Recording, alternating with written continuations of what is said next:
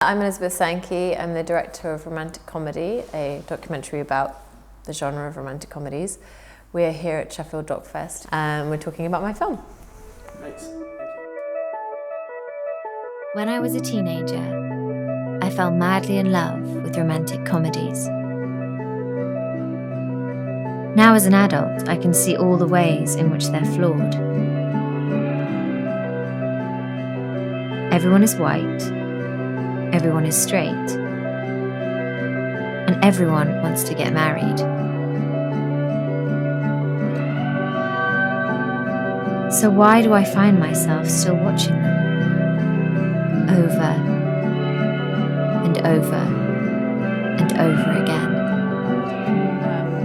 But definitely as a young woman in my 20s, starting a kind of romantic life, I was very influenced in terms of my behaviour by romantic comedies and the way in which the female protagonists tend to behave. A lot of people talk about the cool girl trope, and that was definitely something that I ascribed to, this idea that you're the most attractive if you like beer and like sports. And that's a very reductive way of looking at it, but I think on a deeper level, that terms of like a woman being more submissive and easygoing and not making a fuss and just kind of going along with things. And that was definitely something that I did in my early relationships, and then would get really annoyed and like have these like rage moments in my room and then just be like, no, I'm fine. I really, really connected to romantic comedies and felt like they were for me, and I found myself in them so easily. And then it was quite a kind of disturbing awakening to realize, why is everyone white? Why is everyone middle class? Why is everyone married? Why are the women behaving like this? Why is nobody having sex? This is so strange. And it was actually in the process of doing the interviews that I realized that yes, everyone, or all the people I was interviewing were saying similar things of, oh my God, I can't believe this moment. It's like a horror movie. Why is he behaving like this? This is bizarre. This is so problematic. And yet there would be a moment, or there'd be a one film, and they would talk about it in particular and just say, that was a really brilliant film for me, and I still really, really love that moment. You know, the kiss scene in and Out, for example.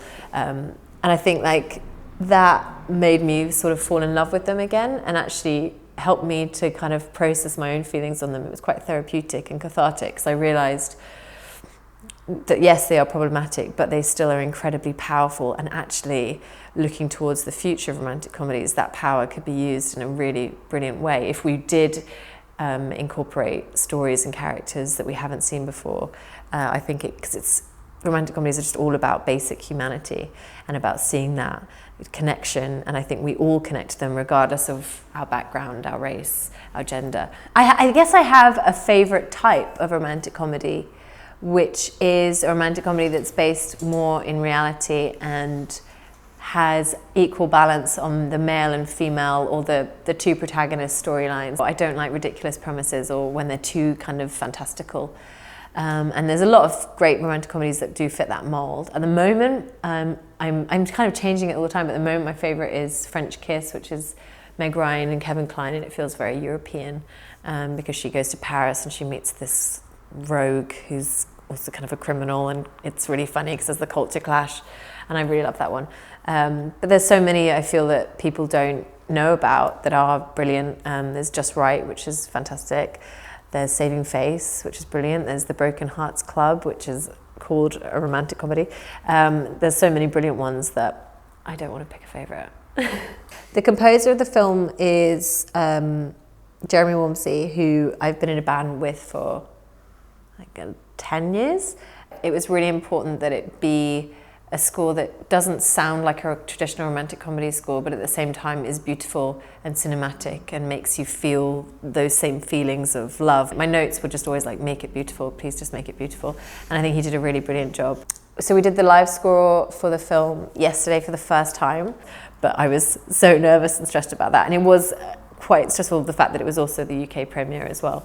But I think it went really well, and it was actually, I think it really worked, because I think romantic comedies are films that you're supposed to watch with an audience. You're supposed to have that reaction together. And I think having the score live kind of liberated people and made them a bit more vocal and a bit louder as an audience, which was really nice. It's interesting when people say that they're not a fan of romantic comedies or they don't like romantic comedies, because I can guarantee that there is a film that they love that would actually follow the romantic comedy arc and use a lot of the tropes. It's, as I say, it's a genre that is predominantly aimed at a female audience, and it's marketed as that. But it's interesting when you look at a film like When Harry Met Sally, which I think is universally accepted as the kind of pinnacle of the genre, and men love it as much as women love it, and I think it's because it's got that balance of a very strong male storyline as well as a very strong female storyline. There are romantic comedies for everyone. Everyone could find one. It's a bit like YouTube vloggers. Everyone could find a YouTube vlogger that would resonate with them, and I think it's the same with romantic comedies. So I do think that they need to be respected. Oh, and also watch the ones from the 30s because they're absolutely incredible. And anything with Marilyn Monroe because she's so unbelievably hot and it's just gobsmacking.